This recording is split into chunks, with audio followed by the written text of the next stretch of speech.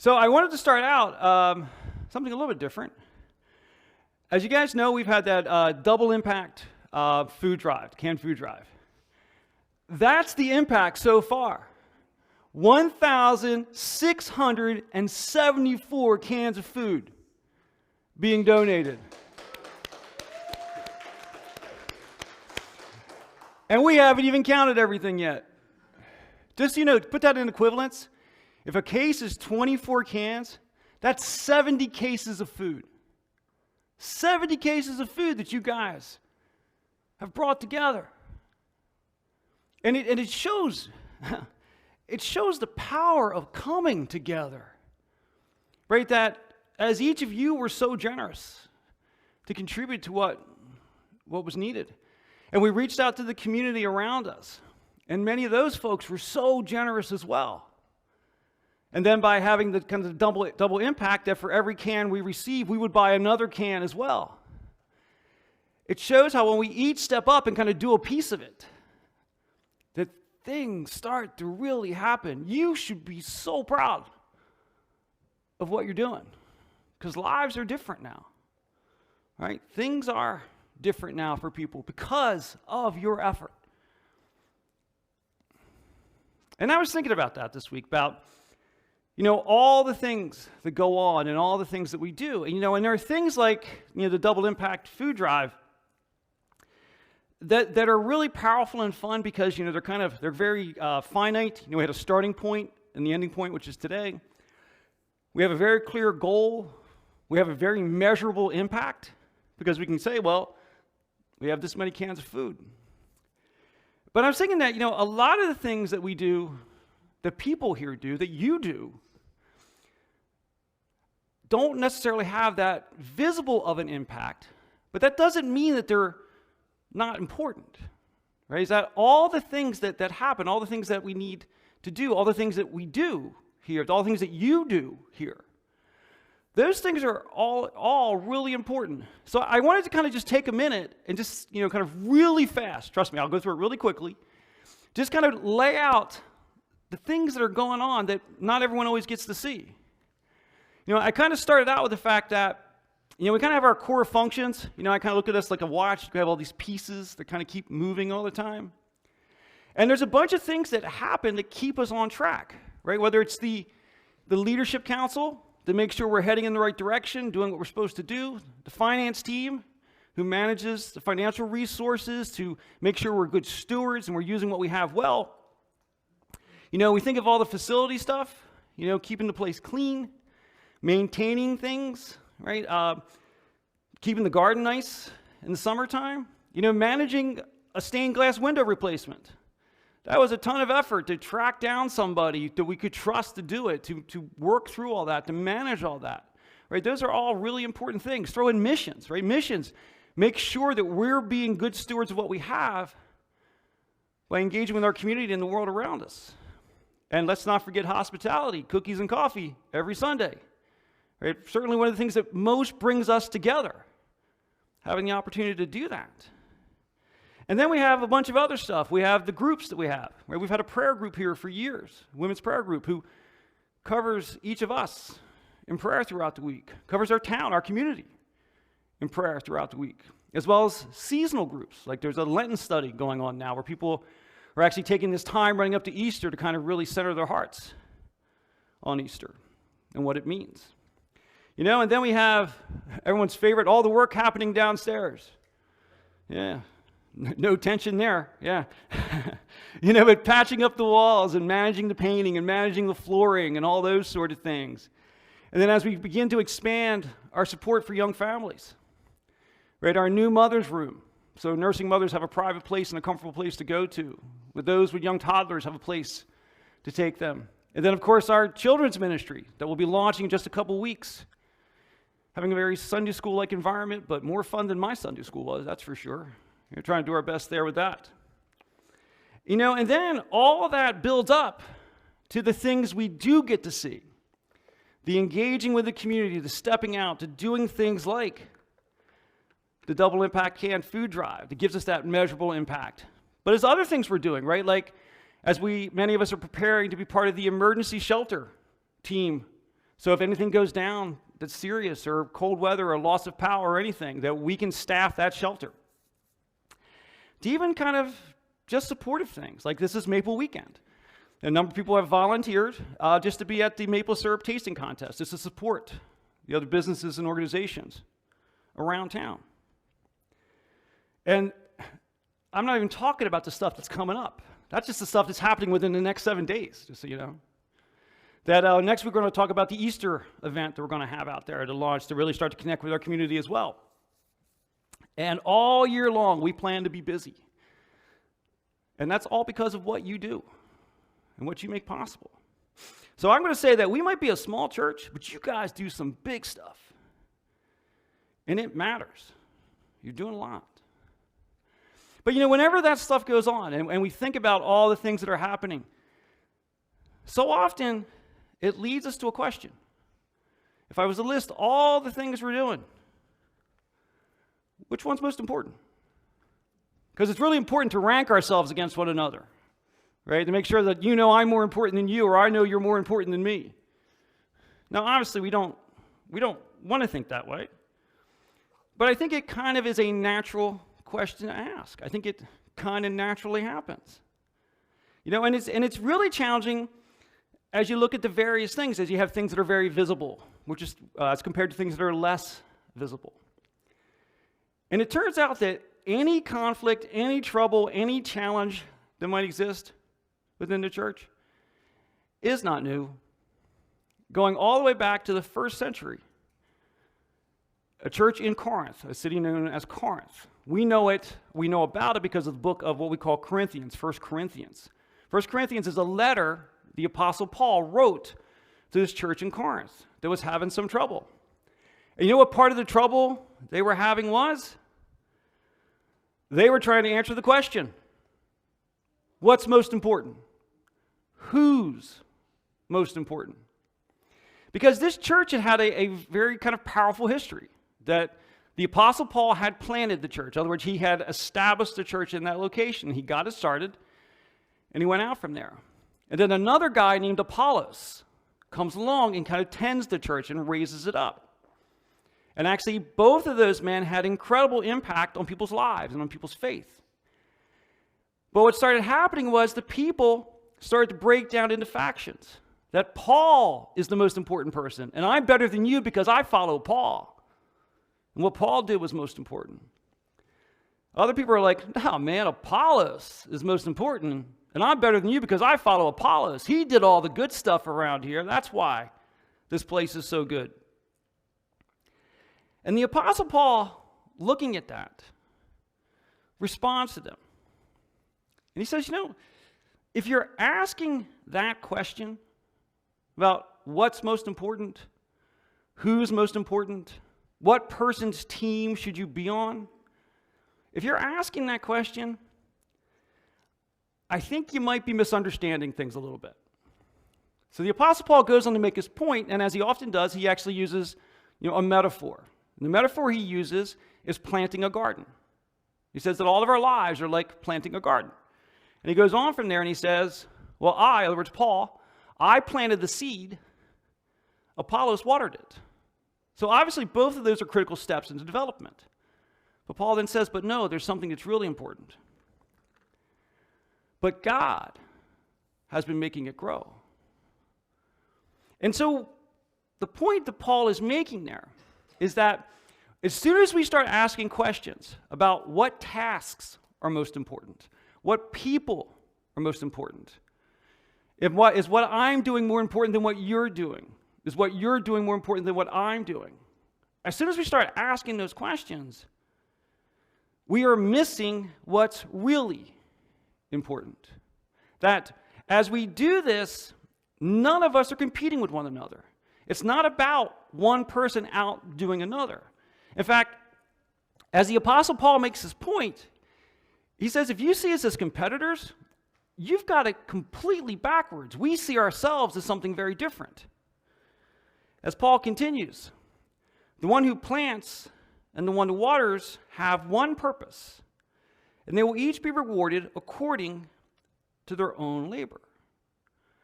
So in other words, they're working together.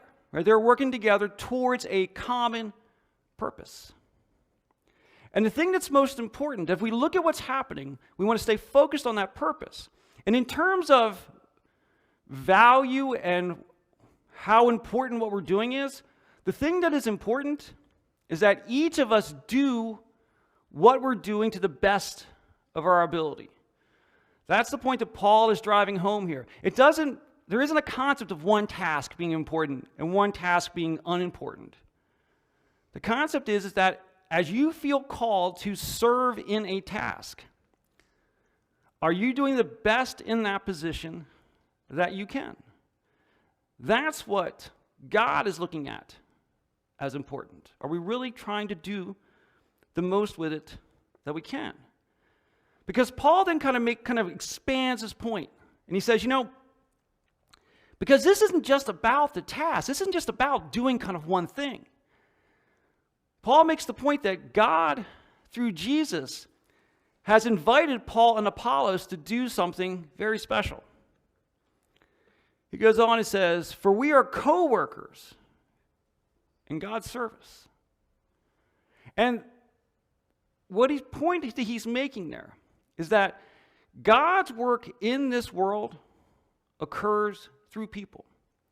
Now, I am absolutely certain that God does do miraculous things sometimes, that he steps into this world and he does amazingly miraculous things. But most of the time, the way God does things in this world is through you, through people, right? That God has created a natural order of things, a natural order that's consistent with science and the observable world. And through that, people are motivated to step out and do things. And that's how God brings change into the world. That's how God brings goodness and light into the world, is through the work that each of us do. And so in that, what Paul is saying here is that Paul and Apollos are not competitors. They're co-workers, right? They're co-workers with one another, but they're also co-workers with God. That they are part of God's work in this world. And that invitation wasn't only sent to Paul and Apollos. That same invitation is sent to you. That God has invited each one of us to be co-workers in his work in this world. And in that, that's how he brings life and light into this world. Right? So if we look at all the things we have going on, it's important to understand that we need to be unified in what we do. Right? We need to be unified in our tasks, because if we look at all of these things up here as individual tasks, and we all work on them just on our own, focused on our own interests, what happens? We all go running off in whatever direction that we want to. What we need to do as we have all of our tasks here, we need to know our purpose. Because if we know our purpose, and this is Paul's point, when we know the purpose and we focus in on that purpose, that becomes a unifying factor. Right? So instead of a whole bunch of individual things here, we all get kind of lined up. Right? And once we're all lined up, because we're lined up in purpose, what are we doing? We're all pulling in the same direction. Right? And that's the key, right? That's the thing that leads to what we see happen with like the food drive. Right? Is that as we're unified in purpose, all the things come together to create progress and create impact, to create life change, because we're all working together on that. And when we learn to think like that and stay focused on our purpose like that, every task is important. Every task matters. The task that is out front and directly impactful matters, but also the tasks that are more in the background are still very important. But something we have to remember, you might be doing something that's very important, but sometimes it doesn't feel important while you're doing it. At the end of the year when the team goes through and works through the entire budget and all the numbers to make sure that we're watching all the flows and stuff, at some point that's just kind of a grind. Right? You just got to do that stuff.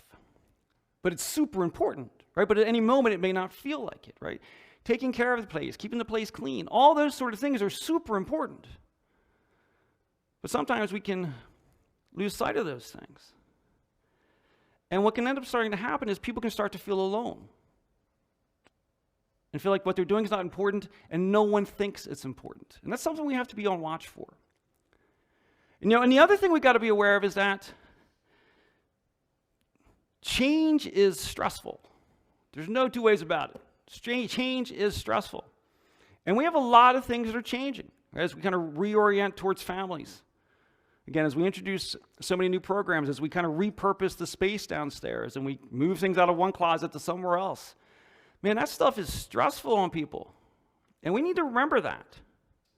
Because what we have to remember is that at any moment, one of us could feel like this. Right, man, we're just hanging on the edge of the cliff. I just don't want to fall. Because we can feel like we're hanging it out there alone, that I've done things for years and now it's different. Or, man, I'm just kind of working to get this done. I don't think anybody even cares. And so what we need to do is make sure that no one feels ignored, that no one feels unseen. No one feels like survival is entirely on themselves. What we need to do is this. Now, if you're not familiar with rock climbing, that picture may look very funny, but it's actually a real picture. Because when that gentleman, if he was to fall off, the girl in the front's not going to try to catch him. Right? That probably wouldn't work very well.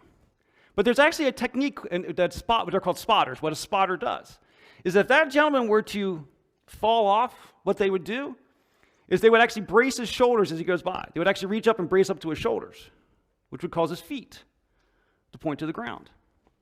And he would land on his feet. And what we need to do is be each other's spotters. Because what happens is that if that gentleman was trying to do that by himself, he would probably be gripped with fear, unwilling to really work it, kind of hang itself out there very well. But because he knows that if this goes wrong, that he's not just going to fall flat on the ground.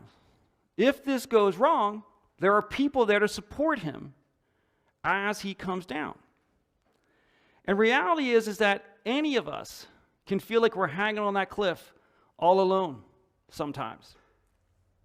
So I think that a key part of achieving our purpose, doing the things we need to do, is also about making sure we're all there for one another. Making sure that we're always looking out for one another. Making sure that none of us feel unseen at any moment.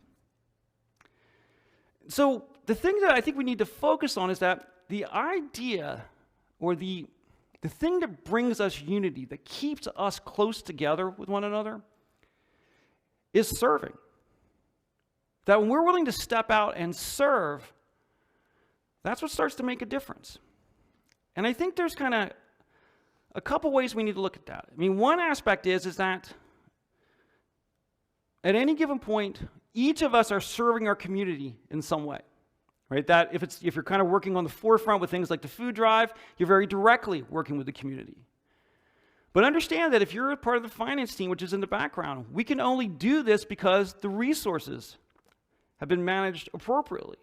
Right? If you're on our leadership council, we can only do that because you're directing us to where we need to be. Those background jobs are just as important. So there's that aspect of service, whether it's foreground or background. But there's a second role of serving that we all need to be in as well. Watching out for one another. Making sure that we're staying in touch with one another. Making sure that we don't just talk to the same people all the time, but talk across kind of the aisle, in a sense, all the time. So that when things aren't going well for someone, you know that person well enough to see it before it gets too far along. Because as we do that, as we serve one another and support one another, we're empowering that person to do the task well that they feel called to do. But in addition, we're just taking care of each other, which is super important.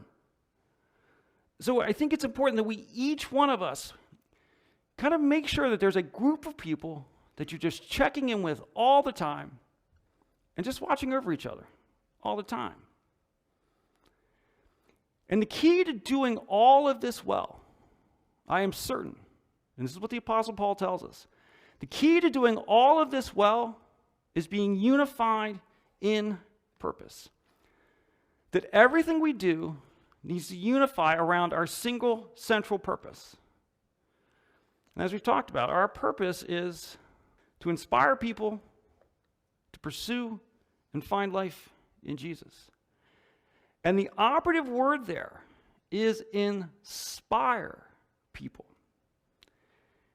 which means that it requires action. Inspiration only comes through action. Do you need anybody else telling you what to do right now? No one else out there does either. All right? What we do is we act in forms of service to care for our community. That's inspirational. And so, as we work with this common purpose, this common goal, this common thing forward to inspire people to pursue and find life in Jesus, then that means that what we need to be doing as we do every task, even if it's a background task, even if it's a maintenance task, we need to recognize and we need to embrace this truth that all of that comes together to align us in purpose, to pull in the same direction. And if we kind of keep that in mind, that what we are called to do is serve our community and care for one another in the process, that creates transformation. You know, there are things like, again, the food drive, that transforms someone's life. There is more food available now than there was before. But it also transforms us. As we put our focus on the needs around us, that deeply impacts us. And as we reach out and we actually focus on our community and care for our community, Jesus tells us that there is an incredible impact that comes from that. An incredible impact that can only come from a focus on service. Because Jesus says that when the people of God put their energy on caring for and serving their community, he says it shines out like a light of his love into the community. The words he uses is this: no one lights a lamp and then puts it under a basket. Instead, a lamp is placed on a stand where it gives light to everyone in the house. In the same way, let your good deeds shine out for all to see, so that everyone will praise your heavenly Father. And so his point there is that we don't do good things so we get credit for doing good things. That's pointless. We do good things because we want to share God's love with people around us. That every gift that we have in our lives is a gift from God. I absolutely believe that. And we are called to share the gifts that we have been given with the community around us solely because we want to care for the community around us. But Jesus tells us that when we do that, it begins to make a difference beyond that. It begins to impact lives more deeply than the actions themselves might seem like they would. When we do good for the people around us, it inspires us and inspires them. And it begins to transform a community. It shines the light of God's love into that community. That's what we are called to do, and that's what you're doing. And to reinforce that, that's what you're doing. Right? 70 cases of food. I understand that so much of what we've been doing has been stressful lately with so many changes going on around us. But man, you guys are killing it. You guys are really doing it. I mean, and it shows us, I think it's just this incredibly tangible mechanism where we see the power of when the people of God say we're going to step up and we're going to care for our community. And we're going to step up and invite our community to be part of it with us, because many of these donations came from the community. But then it all kind of comes together because then the church steps up and says, well, as an organization, right, we're going to double that. And we could only do that because of everyone's generosity throughout the year gave us the financial resources to do that. So it's that kind of whole kind of symbiosis, right? It all meshes together to bring things together. So what I would invite everyone to do as I finish up is that as you look at today, the first day of spring, a day we celebrate new beginnings and new life and all the newness out there, make sure you step back and celebrate. Celebrate the lives that you're impacting. Celebrate all that you're doing. Take joy in the fact that you are being the hands and feet of God's love out to this community. And again, this is just the beginning. This is kind of the first event of the year. We have so much more planned throughout the year. So rest up. But be sure to celebrate. Because I will tell you that I would say that one of the greatest, well, my list of flaws are quite long. I'll be clear about that. My list of flaws are very long.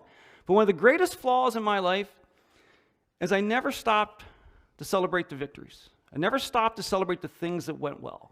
My character is that one's done. Let's go again.